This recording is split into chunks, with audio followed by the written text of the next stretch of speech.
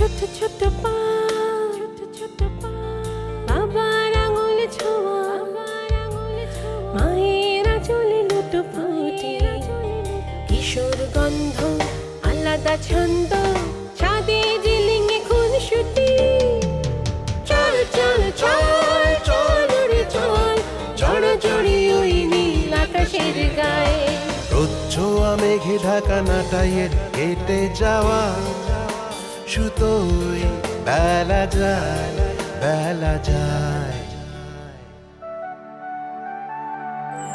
আমার বেলা যে যায় সাঁঝ বেলাতে, তোমার সুরে সুরে সুর মেলাতে আমার বেলা যে যায়। বেলা যায় গান গায়, বাড়ি ভালোবাসা স্বপ্ন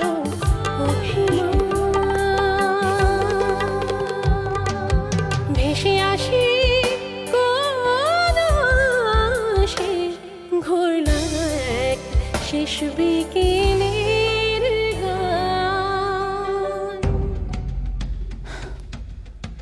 ব্রেক। আমি ভীষণ খুশি হতাম যদি দেখতাম যে তোমার ব্রেক লাগে।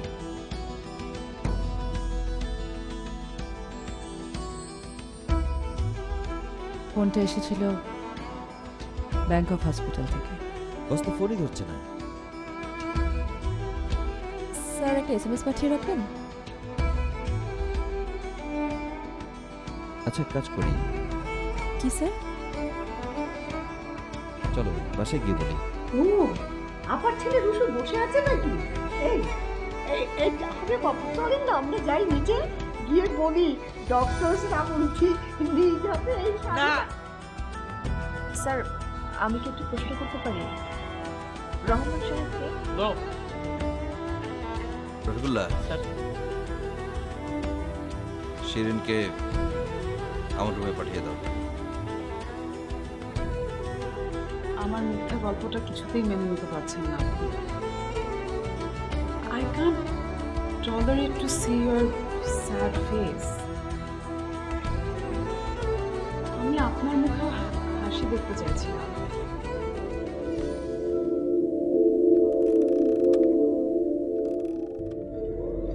মাও তো আমাদের সাথে আসছে, তুমি নিলে না কেন? এটা হচ্ছে বাবার ছেলের টাইম, এক্সক্লুসিভ টাইম। পরে আমরা একসঙ্গে মিথ্যে বলছো? কোথায় মিথ্যে জানো বোনো, আমার ছোটবেলায় আমি আর তোমার দাদু এরকম ঘুরতে বের হতাম। তোমার দাদু চাইতেন আমি যেন সাইকেলের সামনে বসি, আমি চাইতাম সাইকেলের পেছনে বসতে। কারণ কি জানো? সাইকেলের পেছনে বসলে নিজেকে বড় বড় লাগতো। তোমাদের গাড়ি ছিল না? না। দাদু সেলফোন?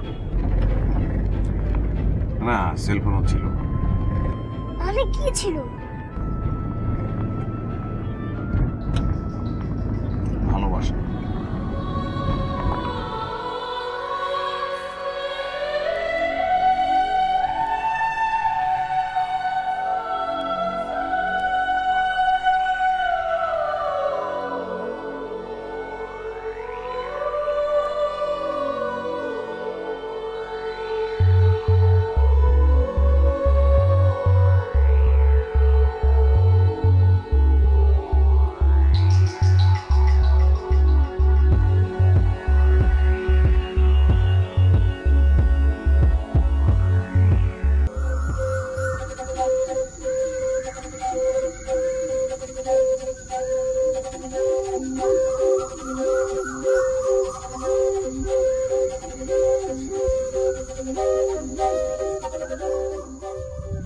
আগামীকাল নাকি রহমান সাহেবকে হসপিটাল থেকে রিলিজ দেওয়া হবে। পিঠার আয়োজনটা তাহলে আজ না করে কাল করলে ভালোই হয়। ঠিক বলেছেন তো আহমেদ সাহেব, আনন্দ করার একটা কারণ খুঁজে পাওয়া যাবে। ঠিক বলেছেন, দারুণ একটা প্রস্তাব দিয়েছেন স্যার, কিন্তু আনন্দ করার জন্য যে আমাদের একটা কারণ লাগবে সেটা কিন্তু আমি মেনে নিতে পারছি।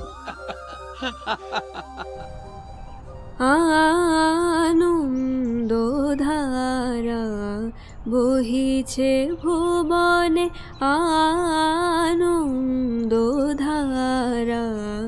বহিছে ভুবনে, দিন রজনী কত অমৃত রস উথলে যায় অনন্ত গগনে, আনন্দধারা বহিছে ভুবনে। কি ব্যাপার স্যার, আমি অর্ণব রাজীবের চেয়ে তো ভালো গিয়েছি নাকি? মুখে হাসি কোথায়?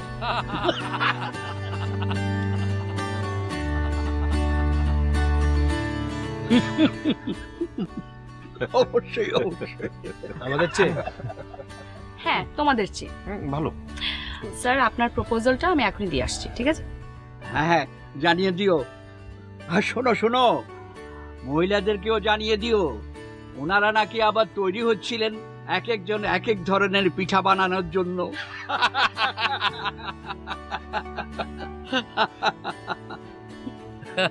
আমার তো আর তর সইছে না, পিঠা বানানো হচ্ছে, কি মজাই না। আর মাত্র একটি দিনই তো।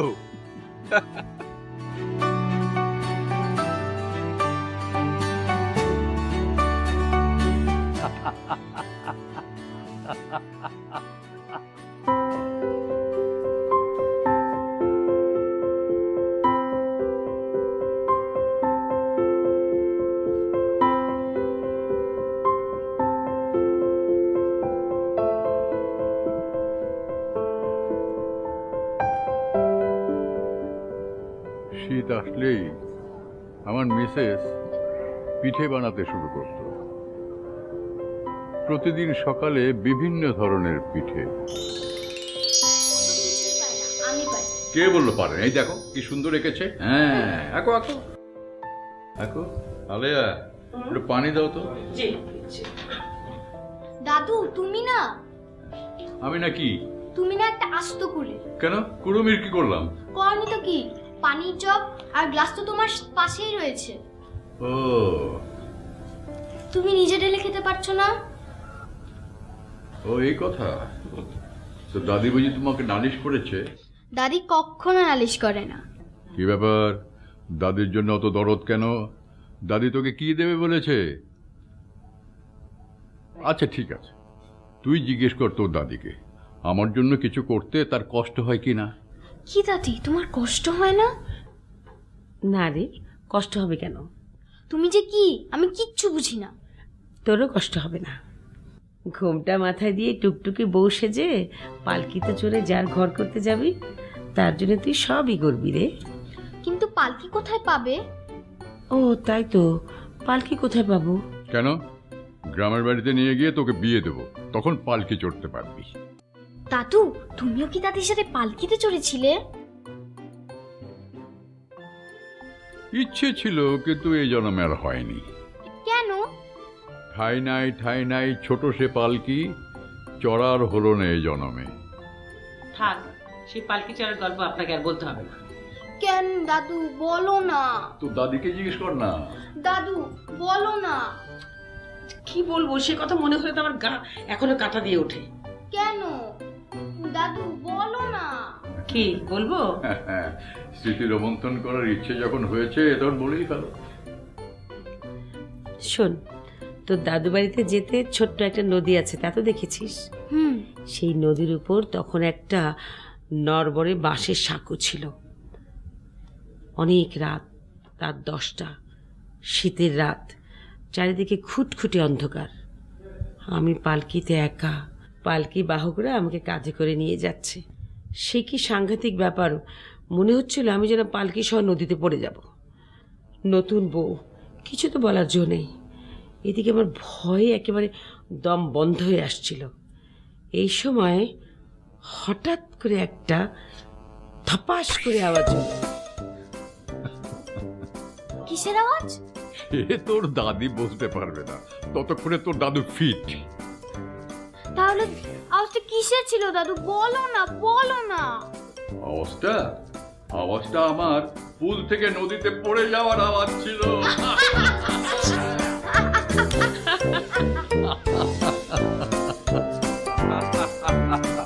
শওকত সাহেব, তা 7টে ডাঙায় উঠতে পেরেছিলেন তো, নাকি প্রেমের ভারে?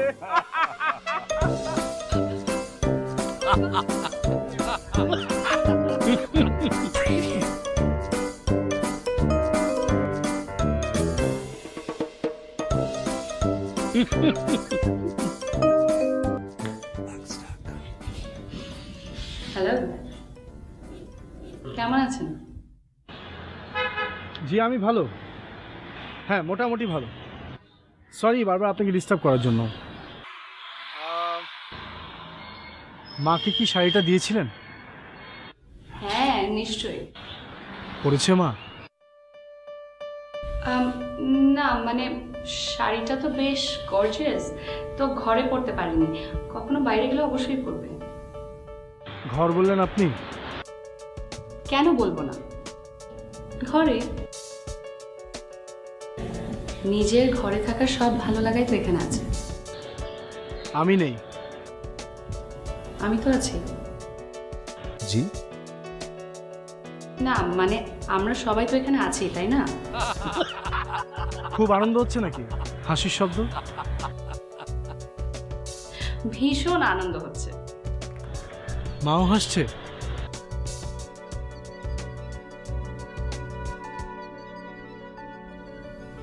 উনি নেই ওখানে। কেন? অস্থিরের সবাই হাসছে, আনন্দ করছে, মা কেন নেই? অস্থির হবে না রুশো, প্লিজ। আমি ওনাকে ডেকে নিচ্ছি। আমি কি আসবো? রুশো, আমার উপর একটু আস্থা রাখেন প্লিজ। আমি বোধহয় একটু বেশিই রাখছি। রুশো, আমি এখন রাখছি। হ্যাঁ, আমার একটু ওদিকটা যেতে হবে। কি কি মিস করলাম আমি কিন্তু শুনতে চাই।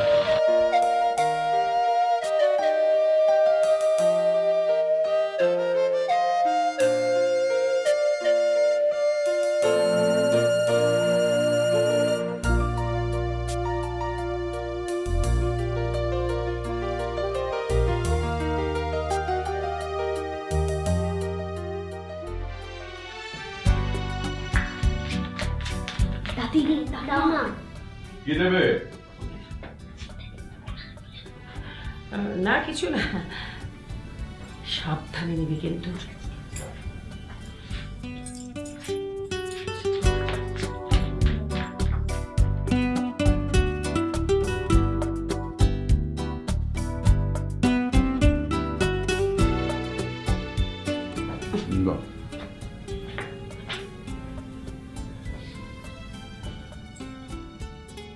তোমার দ্বারা বুঝি টাইম নট বাঁধার হলো না?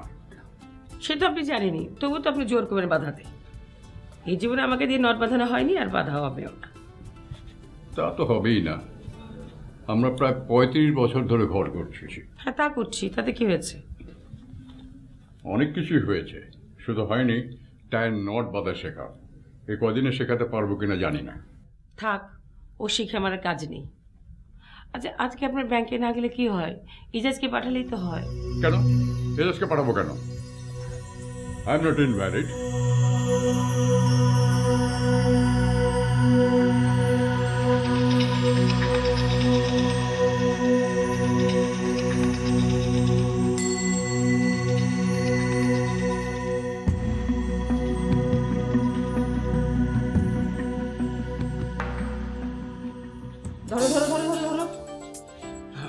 তৃষ্ণার্ত হইয়া চাহিলাম এক ঘটি জল, পাইলাম আধখানা বেল। বেল নয়, জলই দেয়া হয়েছে। চেয়েছিলাম ওভালটিন মিশ্রিত এক কাপ গরম দুধ। ওভালটিন প্লাস চিনি প্লাস দুধ কত হয়? সব সময় তো হিসাব নিকেশ করো না তো। হিসেব কি আর আমার জন্য করি? আব্বার রিটায়ারমেন্টের সময় হয়ে আসছে, সেটাও তো মাথায় রাখতে হবে। বারবার এক কথা বলো না তো। আব্বা শুনলে কষ্ট পাবে। আমার টাইটা দাও না প্লিজ। তুমি নিয়ে নাও না প্লিজ, আমার হাতে একদম সময় নেই। সবসময় দুজনের ব্যস্ততার ভালো লাগছে না। তা লাগবে কেন? তোমরা তো চাও একাই রোজগার করবে, আর সেই সুবাদে সংসারের একমাত্র ব্রেড আর্নার হিসেবে নিজেদেরকে দাবি করবে। সকালবেলা এসব তর্ক ভালো লাগছে না। আমিও তর্ক করতে চাই না, কিন্তু তোমাদেরকে বুঝতে হবে মা বাবাদের আমল আর নেই, যুগ বদলেছে। সে কি আর বুঝতে পারছি না? হারে হারে টের পাচ্ছি। দেখি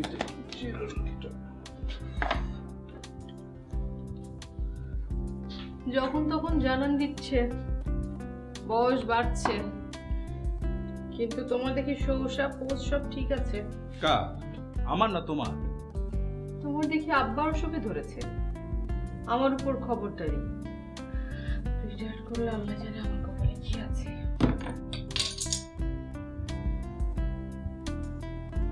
রাগ করলে নাকি? না, রাগ করার সময় দিচ্ছ কোথায়? সবসময় তো ব্যস্ততার মহড়াই দিচ্ছ। তাই কি পরিয়ে দিতে হবে নাকি? না, সে ভাগ্য পরজন্মের জন্য তোলা রইল। চশমা খোলো। কেন? খোলো। আরে চশমা করবো কেন? খোলো। দেখ, আজকের দিনটা সকালটা সব সব ঠিক। কি ব্যাপার, একা একা হাসছো? একা একা হাসছি না, সবাইকে নিয়ে হাসছি। দেখো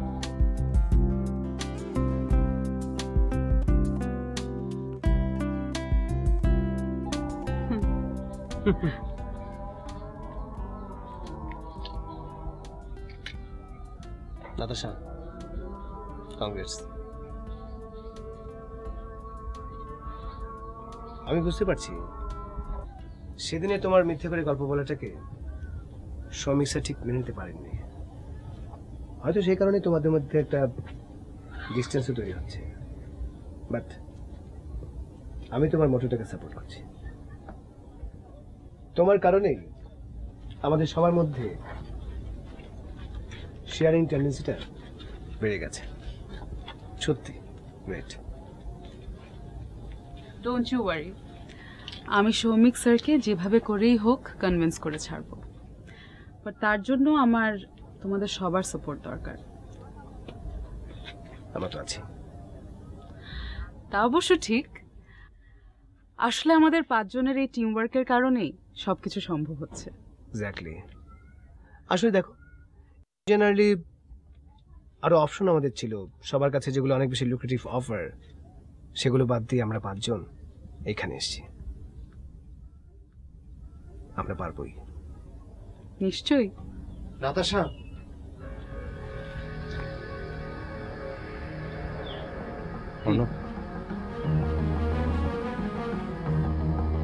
কি হয়েছে? কি প্রবলেম?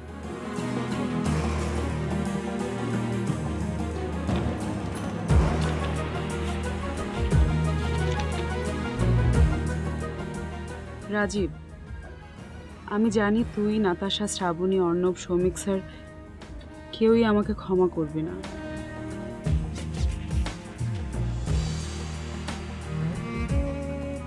বিশ্বাস কর, তোদের মতো করেই সায়ান্নকে নিয়ে, সায়ান্নর প্রত্যেকটা মানুষকে নিয়ে আমার অনেক প্ল্যান ছিল।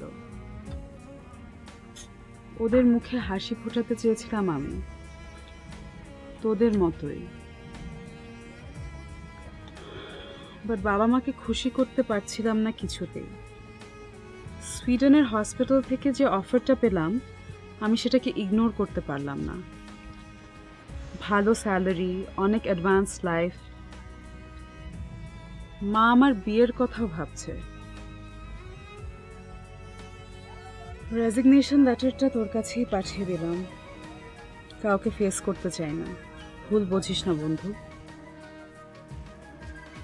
জীবন সায়ান্নে পৌঁছে যেন কোনো রিগ্রেট না থাকে, তাই ডিসিশন।